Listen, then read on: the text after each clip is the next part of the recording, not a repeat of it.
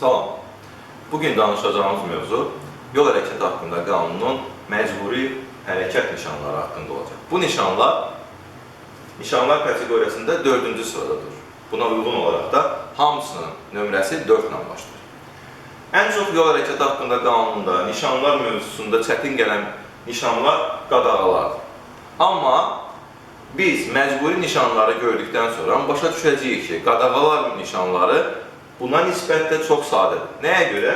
Çünki bunların üzərində konkret şəkillər göstərilir və biz başa düşürük ki, ötmək qadağandır, traktorların hərəkəti qadağandır, uzunluğu 10 metrdən. Yəni, üzərində nişanın göstərilən şəkil həmin əraziyə uyğun olan kateqoriyanın girməyini qadağandır. Lakin məcburi hərəkət nişanları digər nişanlara nisbətdə yollarda daha çox rastımıza gəldiyinə görə və bunların üzərindən biz ilk öncə heç bir şeyi tam ətraflı başa düşmədiyimizə görə bu nişanlar demək olar ki, ən çətin nişan kateqoriyası. Gəlin bunlarla yaxından tanış olaq. Dediyimiz kimi, nişanlar hamısı 4 rəqəmi ilə başlayır. 4-cü kateqoriyanın birinci nişanı, yəni 4-1. Bu nişanın özünün 6 forması var. Məcburi düzünə, məcburi sağa, məcburi sola. Üzr istəyirəm, 3 forması varmış. Sonra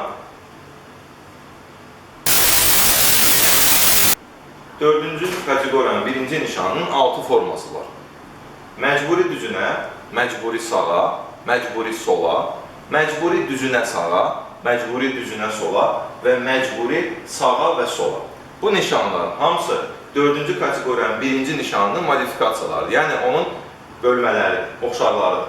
Bundan sonra gəlir nişanların 4.2 nişanının 3 forması var. 4.2.1 məcburi sağa, 4.2.2 məcburi sola və 4.2.3 məcburi sağa sola. Bu nişanlardan sonra gələn nişanımız 4.3 nişanıdır. 4.3 dairəvi hərəkət təşkil olunmuş yol ayrıcını bildirir. Xatırlayırsınızsa, biz xəbərdarlıq nişanlarında danışmışdıq 1.7. Yəni, dairəvi hərəkət təşkil olunmuş yol ayrıcına yaxınlaşmanı bildirən nişan haqqında. Baxın, biz yolda gedərkən bu nişanı gördüksə, deməli, xatırlayaq, xəbərdarlıq nişanlarında 50 metrdən 100 metrə yaşayış məntəqəsindən kənarda 150 metrdən 300 metrə qədər məsafədən sonra qarşımıza bu nişan çıxacaqdır. Növbəti nişanımız 4.4. Bu nişanı bir çoxları düşünür ki, bu nişan o deməkdir ki, balaca maşınlara məcbur edir bura hərəkət eləməyə. Lakin, yol hərəkəti haqqında qanunla əsaslansaq, biz başa düşəcəyik ki, 4.4 nişanı bizim bundan öncə danışdığımız 3.4 nişanı ilə oxşardır. Yəni, bu da deyir ki, 3.5-dən yuxarı olan nəqliyyat vasitələrinə, yük maşınlarına giriş qadağandır. Burada deyir ki, 3.5 tondan artıq olan yük maşınlarından başqa faktik olaraq digərləri bura daxil ola bilərlər. Ona görə də bununla bunu bənzədə bilərik. Burada da orada yaşayan adamlara şamil olunmur, burada da orada yaşayan və işləyən adamlara şamil olunmur. Növbəti nişanımız 4.5. Bu nişanımız velosipedçilərin zolağını göstərir. Yəni, bu nişanı yalnız velosipedçilər daxil ola bilərlər. Piyadaların burada hərəkət eləməsi bir şərtlə icazə verilir ki, velosipedçilərə mane olmasın. 4.6 piyada zolağını göstərir. Bir çoxları piyada zolağı ilə piyada keçidini səhv salır. Piyada keçidimiz yolu perpendikulər keçmək üçündür. Piyada zolağı yola paralel gedən sahəni göstərir. Burada da yalnız piyadalar hərəkət edirlər. Baxın, velosipedçilərdə piyadalar gəzə bilir, amma velosipedçilər piyadanın zolağında gəzə bilməzlər. Bunu unutmayın. Sonraki nişanımız 4.7 minimal sürətin məhdudlaşdırılması.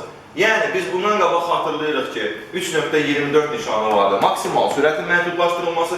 Bu nişanı gördükdə bizə yol hərəkəti haqqında qanun deyir ki, 50-dən artıq sürmək olmaz.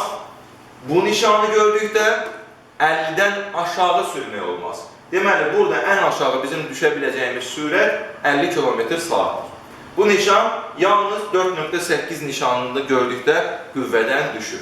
Bundan fərqli olaraq, bu nişanın özünün qüvvədə düşmə nöqtələri vardı. Onu zəhmət olmasa bizim bundan öncəki videomuzda baxa bilərsiniz. Və bu stenddə olmayan, lakin yol hərəkəti haqqında qanunda olan əlavə nişanlarımız da var. hansılar ki təhlükəli yük daşıyan nişanları məcburi sola, nişanı təhlükəli yük daşıyan nəqliyyat vasitələri məcburi sağa və təhlükəli yük daşıyan nəqliyyat vasitələri məcburi düzünə. Bu nişanlarda fərqli olaraq həmin o dediyimiz 3 nişanda təhlükəli yükləri daşıyan nəqliyyat vasitələrində sola göstərirsə, məcbur edirsə, geriyə qayıtmaq olmaz. O yalnız solaya aiddir. Ancaq bu nişanlarımız içində bu oxu sola düşünsək, bu formada belə bir şey düşünsək, bu nişan bizə məcbur edir sola getməyə.